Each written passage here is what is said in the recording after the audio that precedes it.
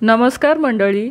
मुरंबा मालिकेच्या येणाऱ्या पुढील भागात आपल्याला असं पाहायला मिळणार आहे की अक्षय हा रमाच्या स्कूलमध्ये कुकचे काम करत असतो व त्याला घरून फोन येतो की काका आरोहीला खूप लागलेले आहे. तेव्हा अक्षय खूपच घाबरतो. त्यानंतर आपल्याला असं पाहायला मिळतं की अक्षय हा आरोहीला घेऊन देवीच्या मंदिरात गेलेला असतो. त्या ठिकाणी तो मंदिराच्या जाळीला एक धागा बांधतो.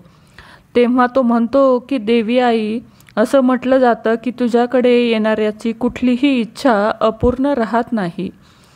माझी फक्त एवढीच मागणी आहे की सर्व काही सुरळीत होऊ दे.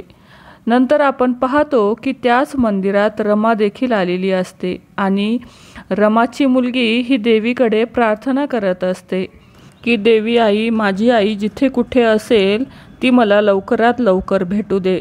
त्यानंतर आपण असं पाहतो की रमा देखील त्याच मंदिरात आलेली असते आणि त्याच जाळीला ती धागा बांधत असते आणि ती तेव्हा म्हणते की देवी आई, ज्याने कोणी हा धागा बांधला आहे त्याची सर्व इच्छा पूर्ण होऊ दे.